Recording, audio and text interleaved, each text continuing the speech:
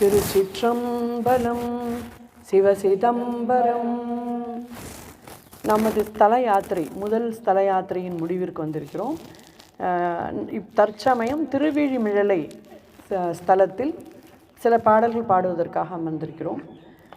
முதலாவதாக இந்த ஸ்தலத்தை பற்றி சில வார்த்தைகள் திருமதி இந்திரா சுவாமிநாதன் அவர்கள் கூறுவார்கள்.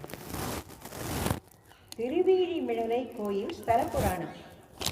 திருவிழிமிழலை என்பது தமிழ்நாட்டின் தஞ்சாவூர் மாவட்டத்தில் கும்பகோணத்திற்கு அருகே அமைந்துள்ள ஒரு புனித சிவஸ்தலம். இது தேவார பாடல் பெற்ற 275 பதிகங்களில் திருத்தலங்களில் ஒன்று.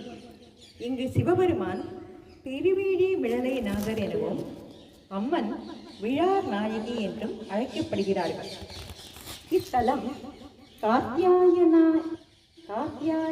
மகரிஷியின் யாகத்தில் தோன்றிய உமாதேவியாரை திருமணம் செய்து கொண்டு இறைவன் என்றும் மணக்கோலத்தோடும் இருக்கும் தலம். திருமால் சக்கரம் பெறும் பொருட்டு நாள்தோறும் 1000 தாமரை பூவை கொண்டு அர்ச்சிக்க ஒரு நாள் ஒரு மலர் குறைய அதற்காக தமது தாமரை மலர் போன்ற கண்களை பிடுங்கி அர்ச்சித்து சக்கரம் பெற்ற ஸ்தலம். திருநாவுக்கரசர் சுவாமிகளும் திருஞான சம்பந்தர் சுவாமிகளும் படிக்காசு பெற்று பஞ்சம் போக்கிய தலம்.